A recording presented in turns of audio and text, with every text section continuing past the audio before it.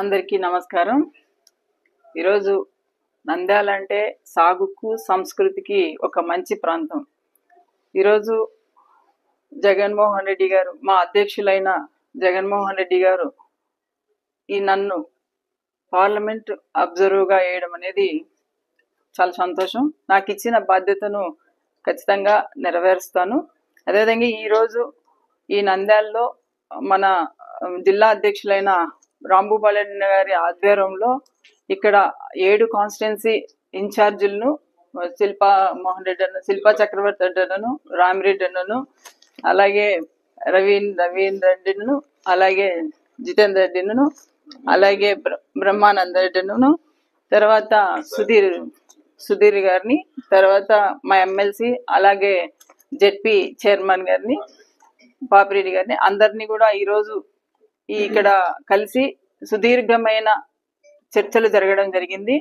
అది కూడా మా పార్టీని ఎలా బలోపేతం చేసుకోవాలి, కార్యకర్తలకు ఎలా మేము అండగా ఉండాలని ఒక అంశం మీద ఈరోజు అందరితో చర్చించడం జరిగింది. ఈ చర్చల్లో కూడా మాకు ప్రతి కాన్స్టిట్యున్సీ నుంచి 7 కాన్స్టిట్యున్సీ నుంచి వచ్చిన ఇన్ఛార్జీలు వారి అభిప్రాయాలు కూడా తెలియజేయడం జరిగింది.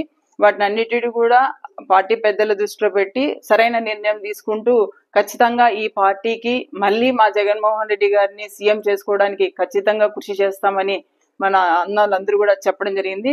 ఖచ్చితంగా అదే విధిలో మేమంతా ముందుకు పయనిస్తామని తెలియజేసుకుంటున్నాము.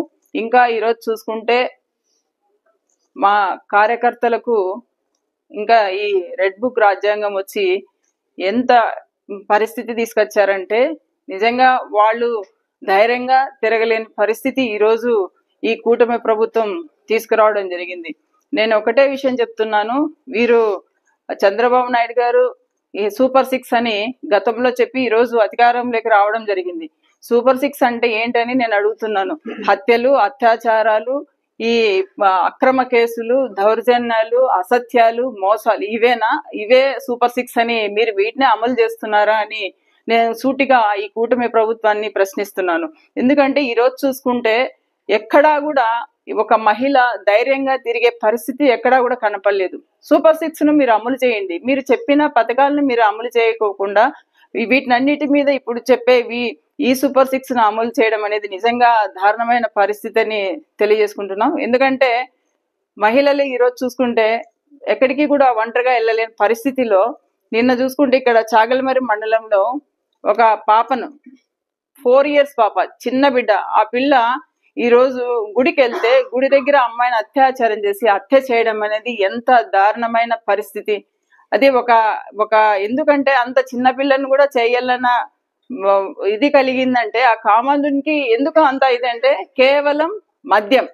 ఈరోజు మద్యం అనేది విచ్చలవిడిగా దొరుకుతుంది, ఏరులై పారుతుంది. ఎక్కడ చూసినా మద్యం, గుడి లేదు, బడి లేదు, ఎక్కడ చూసినా మద్యం. ఈ రోజు ఆ మద్యానికి బానిసలై పిల్లలతో సహా నిజంగా 15 సంవత్సరాల నుంచి కూడా ముందే పిల్లలంతా కూడా ఈ మద్యాన్ని సేవించి వారికి ఆ మద్యము దాంట్లో ఏం చేస్తున్నామని కూడా స్పృహ కూడా కోల్పోయి ఈ రోజు అంత చిన్న పిల్లను వాళ్ళు ఇది చేసి అత్యాచారం చేసి హత్య చేయడం అనేది ఎంత దారుణమైన పరిస్థితి. ఈ రోజు వాళ్ళ మదర్ ఒకటే కోరుకుంటుంది, ఆ అమ్మాయి ధైర్యంగా వచ్చి ఒకటే అడుగుతుంది, ఈ కూటమి ప్రభుత్వాన్ని గట్టిగా ప్రశ్నిస్తుంది, ఈ మద్యాన్ని మీరు అరికట్టండి, మద్యం లేకుండా చేయండి అని గట్టిగా ప్రశ్నిస్తుంది. ఈ కూటమి ప్రభుత్వం ఏ సమాధానం చెప్తుంది? ఇదే రకంగా వదిలేస్తే ఆ మహిళల పరిస్థితి ఏంది, చిన్న బిడ్డల పరిస్థితి ఏంది, అసలు ఎక్కడ రక్షణ కల్పిస్తున్నారు?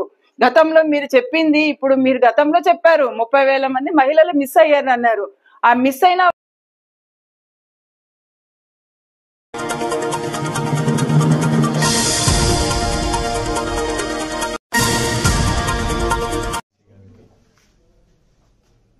చక్రపాటి గారికి, సోదరు రామిరెడ్డి గారికి, నాని గారికి, నరచంద్ర కిషోర్ గారికి, సుధీర్ గారికి, పాపిరెడ్డి గారికి, మా ఎమ్మెల్సీ ఈశ్వర్ గారికి, పత్రికా విలేకరులకు అందరికీ కూడా నా హృదయపూర్వక నమస్కారం. ఈరోజు నంద్యాల జిల్లాని గురించి మా ఇన్ఛార్జీలతో అందరితో కూడా మా parliament Nandyal parliament incharge Kalyan Reddy గారు కల్పనా రెడ్డి గారు రావడం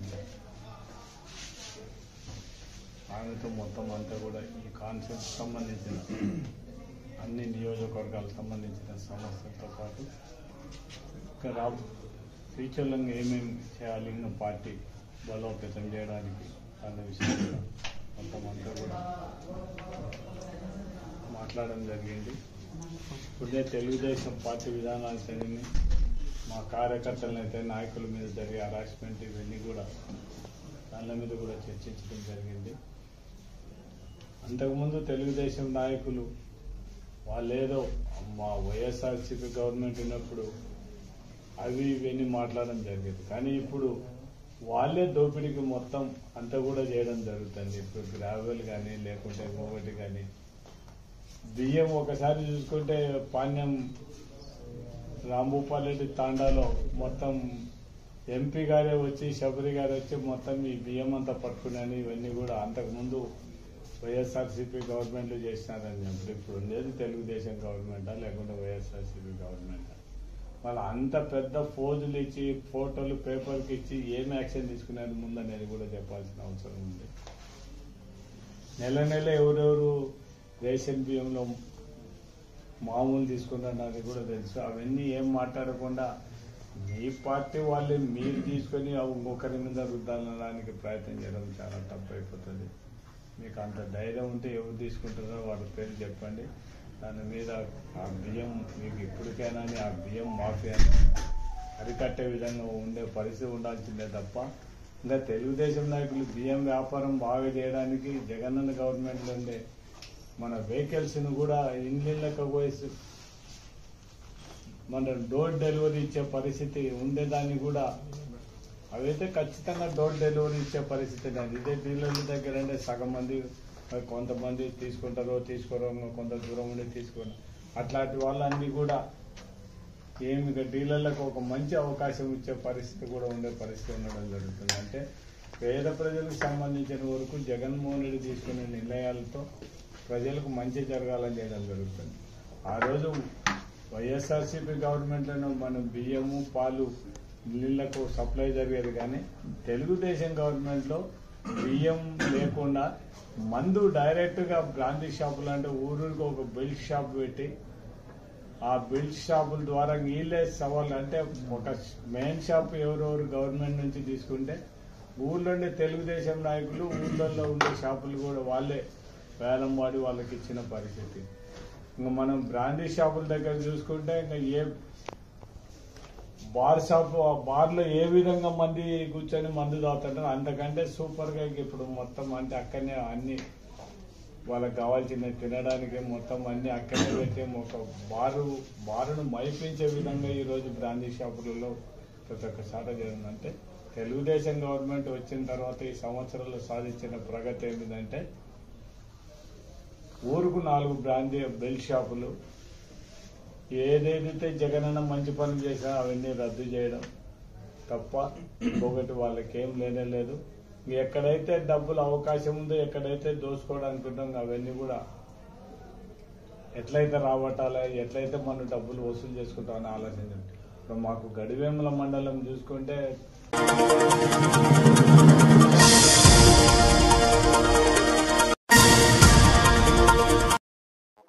మా ఇన్ఛార్జీలు అందరూ వచ్చినందుకు వాళ్ళకందరికి కూడా కృతజ్ఞతలు తెలియజేస్తాను.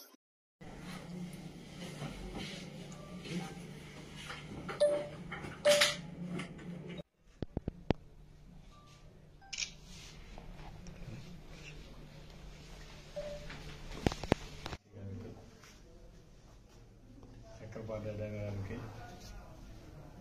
సోదరు రామిరెడ్డి గారికి, నాని గారికి, నరసింహ కిషోర్ గారికి, సుధీర్ గారికి, పాపిరెడ్డి గారికి, మా ఎమ్మెల్సీ ఈశ్వర్ గారికి, పత్రికా విలేకరులకు అందరికీ కూడా నా ఉదయపూర్వక నమస్కారం.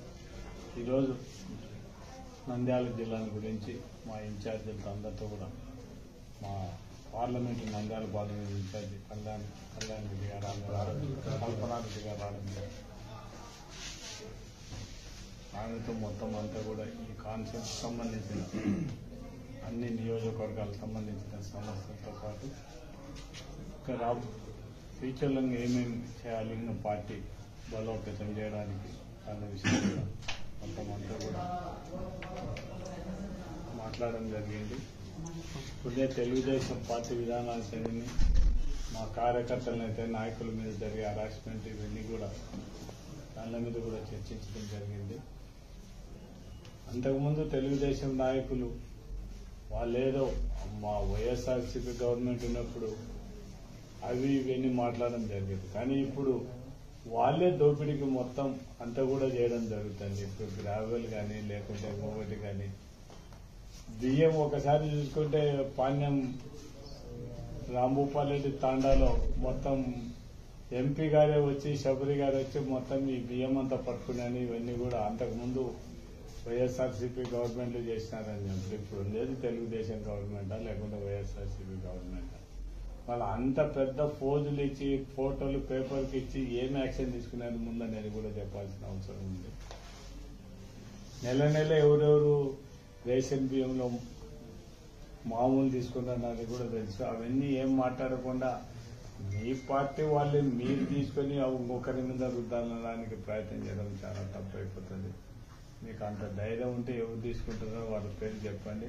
దాని మీద ఆ బియ్యం మీకు ఇప్పటికైనా ఆ బియ్యం మాఫియాని అరికట్టే విధంగా ఉండే పరిస్థితి ఉండాల్సిందే తప్ప ఇంకా తెలుగుదేశం నాయకులు బియ్యం వ్యాపారం బాగా చేయడానికి జగనన్న గవర్నమెంట్లో ఉండే మన వెహికల్స్ ను కూడా ఇండ్లకు పోయి మన డోర్ డెలివరీ ఇచ్చే పరిస్థితి ఉండేదాన్ని కూడా అవైతే ఖచ్చితంగా డోర్ డెలివరీ ఇచ్చే పరిస్థితి లేదు. ఇదే డీలర్ల దగ్గర అంటే సగం మంది కొంతమంది తీసుకుంటారో తీసుకోరో కొంత దూరం ఉండి తీసుకోరు. అట్లాంటి వాళ్ళన్నీ కూడా ఏమి డీలర్లకు ఒక మంచి అవకాశం ఇచ్చే పరిస్థితి కూడా ఉండే పరిస్థితి ఉండడం జరుగుతుంది. అంటే పేద ప్రజలకు సంబంధించిన వరకు జగన్మోహన్ రెడ్డి తీసుకునే నిర్ణయాలతో ప్రజలకు మంచి జరగాలని చేయడం జరుగుతుంది. ఆ రోజు వైఎస్ఆర్సీపీ గవర్నమెంట్లను మనం బియ్యము పాలు నీళ్లకు సప్లై జరిగేది. కానీ తెలుగుదేశం గవర్నమెంట్ లో బియ్యం లేకుండా మందు డైరెక్ట్ గా బ్రాందీ షాపులు అంటే ఊరికి ఒక బెల్ట్ షాప్ పెట్టి ఆ బెల్ట్ షాపుల ద్వారా వీళ్ళే సవాళ్ళు అంటే ఒక మెయిన్ షాప్ ఎవరెవరు గవర్నమెంట్ నుంచి తీసుకుంటే ఊళ్ళోనే తెలుగుదేశం నాయకులు ఊళ్ళల్లో ఉండే షాపులు కూడా వాళ్ళే వేలం వాడి వాళ్ళకి ఇచ్చిన పరిస్థితి. ఇంకా మనం బ్రాందీ షాపుల దగ్గర చూసుకుంటే ఇంకా ఏ బార్ షాప్ ఆ బార్లో ఏ విధంగా మంది కూర్చొని మందు తాగుతుంటారు అంతకంటే సూపర్ గా ఇప్పుడు మొత్తం అంటే అక్కడనే అన్ని వాళ్ళకి కావాల్సిన తినడానికి మొత్తం అన్ని అక్కడే పెట్టి ఒక బారును మైపించే విధంగా ఈ రోజు బ్రాందీ షాపులలో ప్రతి ఒక్క సాట జరిగిందంటే తెలుగుదేశం గవర్నమెంట్ వచ్చిన తర్వాత ఈ సంవత్సరాల్లో సాధించిన ప్రగతి ఏంటిదంటే ఊరుకు 4 బ్రాందీ బెల్ట్ షాపులు ఏదైతే జగనన్న మంచి పనులు చేశా అవన్నీ రద్దు చేయడం తప్ప ఇంకొకటి వాళ్ళకేం లేదు. ఎక్కడైతే డబ్బులు అవకాశం ఉందో ఎక్కడైతే దోసుకోవడానికి ఉందో అవన్నీ కూడా ఎట్లయితే రాబట్టాలా ఎట్లయితే మనం డబ్బులు వసూలు చేసుకుంటామని ఆలోచించండి. ఇప్పుడు మాకు గడివేముల మండలం చూసుకుంటే గ్రీన్కో కంపెనీకి భూములు పోతున్నాయి. దానిలో మొత్తం అంతా కొంతమంది రైతులు అసైన్మెంట్ అయితేనే ఇవన్నీ కూడా. అందరికీ నమస్కారం. ఈరోజు నంద్యాల అంటే సాగుకు సంస్కృతికి ఒక మంచి ప్రాంతం. ఈరోజు జగన్మోహన్ రెడ్డి గారు మా అధ్యక్షులైన జగన్మోహన్ రెడ్డి గారు నన్ను పార్లమెంట్ అబ్జర్వర్గా వేయడం అనేది చాలా సంతోషం. నాకు ఇచ్చిన బాధ్యతను ఖచ్చితంగా నెరవేరుస్తాను. అదేవిధంగా ఈరోజు ఈ నంద్యాలలో మన జిల్లా అధ్యక్షులైన రాంభూపాలరెడ్డి గారి ఆధ్వర్యంలో ఇక్కడ 7 కాన్స్టిట్యున్సీ ఇన్ఛార్జీలను శిల్పా చక్రవర్తి అంటను, రామిరెడ్డి అన్నను, అలాగే రవీన్ రెడ్డిను, అలాగే జితేందర్ రెడ్డిను, అలాగే బ్రహ్మానంద రెడ్డిను, తర్వాత సుధీర్ గారిని, తర్వాత మా ఎమ్మెల్సీ అలాగే జెడ్పీ చైర్మన్ గారిని పాపిరెడ్డి గారిని అందరినీ కూడా ఈరోజు ఇక్కడ కలిసి సుదీర్ఘమైన చర్చలు జరగడం జరిగింది. అది కూడా మా పార్టీని ఎలా బలోపేతం చేసుకోవాలి, కార్యకర్తలకు ఎలా మేము అండగా ఉండాలని ఒక అంశం మీద ఈరోజు అందరితో చర్చించడం జరిగింది. ఈ చర్చల్లో కూడా మాకు ప్రతి కాన్స్టిట్యున్సీ నుంచి 7 కాన్స్టిట్యున్సీ నుంచి వచ్చిన ఇన్ఛార్జీలు వారి అభిప్రాయాలు కూడా తెలియజేయడం జరిగింది. వాటిని అన్నిటిని కూడా పార్టీ పెద్దల దృష్టిలో పెట్టి సరైన నిర్ణయం తీసుకుంటూ ఖచ్చితంగా ఈ పార్టీకి మళ్ళీ మా జగన్మోహన్ రెడ్డి గారిని సీఎం చేసుకోవడానికి ఖచ్చితంగా కృషి చేస్తామని మన అన్నలందరూ కూడా చెప్పడం జరిగింది.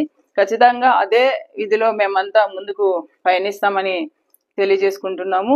ఇంకా ఈరోజు చూసుకుంటే మా కార్యకర్తలకు ఇంకా ఈ రెడ్ బుక్ రాజ్యాంగం వచ్చి ఎంత పరిస్థితి తీసుకొచ్చారంటే నిజంగా వాళ్ళు ధైర్యంగా తిరగలేని పరిస్థితి ఈరోజు ఈ కూటమి ప్రభుత్వం తీసుకురావడం జరిగింది. నేను ఒకటే విషయం చెప్తున్నాను, వీరు చంద్రబాబు నాయుడు గారు ఈ సూపర్ 6 అని గతంలో చెప్పి ఈరోజు అధికారంలోకి రావడం జరిగింది. సూపర్ 6 అంటే ఏంటని నేను అడుగుతున్నాను. హత్యలు, అత్యాచారాలు, ఈ అక్రమ కేసులు, దౌర్జన్యాలు, అసత్యాలు, మోసాలు ఇవే సూపర్ 6 అని మీరు వీటిని అమలు చేస్తున్నారా అని నేను సూటిగా ఈ కూటమి ప్రభుత్వాన్ని ప్రశ్నిస్తున్నాను. ఎందుకంటే ఈరోజు చూసుకుంటే ఎక్కడా కూడా ఒక మహిళ ధైర్యంగా తిరిగే పరిస్థితి ఎక్కడా కూడా కనపడలేదు. సూపర్ 6 ను మీరు అమలు చేయండి. మీరు చెప్పిన పథకాలను మీరు అమలు చేయకోకుండా వీటినన్నిటి మీద ఇప్పుడు చెప్పేవి ఈ సూపర్ 6 ను అమలు చేయడం అనేది నిజంగా దారుణమైన పరిస్థితి అని తెలియజేసుకుంటున్నాం. ఎందుకంటే మహిళలు ఈరోజు చూసుకుంటే ఎక్కడికి కూడా ఒంటరిగా వెళ్ళలేని పరిస్థితిలో నిన్న చూసుకుంటే ఇక్కడ చాగల్మరి మండలంలో ఒక పాపను 4 years పాప, చిన్న బిడ్డ, ఆ పిల్ల ఈ రోజు గుడికి వెళ్తే గుడి దగ్గర అమ్మాయిని అత్యాచారం చేసి హత్య చేయడం అనేది ఎంత దారుణమైన పరిస్థితి. అది ఒక ఎందుకంటే అంత చిన్న పిల్లని కూడా చేయాలన్న ఇది కలిగిందంటే ఆ కామాంధునికి ఎందుకు అంత ఇదంటే కేవలం మద్యం. ఈ రోజు మద్యం అనేది విచ్చలవిడిగా దొరుకుతుంది, ఏరులై పారుతుంది. ఎక్కడ చూసినా మద్యం, గుడి లేదు, బడి లేదు, ఎక్కడ చూసినా మద్యం. ఈ రోజు ఆ మద్యానికి బానిసలై పిల్లలతో సహా నిజంగా 15 సంవత్సరాల నుంచి కూడా ముందే పిల్లలంతా కూడా ఈ మద్యాన్ని సేవించి వారికి ఆ మద్యము దాంట్లో ఏం చేస్తున్నామని కూడా స్పృహ కూడా కోల్పోయి ఈ రోజు అంత చిన్న పిల్లను వాళ్ళు ఇది చేసి అత్యాచారం చేసి హత్య చేయడం అనేది ఎంత దారుణమైన పరిస్థితి. ఈ రోజు వాళ్ళ మదర్ ఒకటే కోరుకుంటుంది, ఆ అమ్మాయి ధైర్యంగా వచ్చి ఒకటే అడుగుతుంది, ఈ కూటమి ప్రభుత్వాన్ని గట్టిగా ప్రశ్నిస్తుంది, ఈ మద్యాన్ని మీరు అరికట్టండి, మద్యం లేకుండా చేయండి అని గట్టిగా ప్రశ్నిస్తుంది. ఈ కూటమి ప్రభుత్వం ఏ సమాధానం చెప్తుంది? ఇదే రకంగా వదిలేస్తే ఆ మహిళల పరిస్థితి ఏంది, చిన్న బిడ్డల పరిస్థితి ఏంది, అసలు ఎక్కడ రక్షణ కల్పిస్తున్నారు? గతంలో మీరు చెప్పింది, ఇప్పుడు మీరు గతంలో చెప్పారు 30,000 మంది మహిళలు మిస్ అయ్యారు అన్నారు. ఆ మిస్ అయిన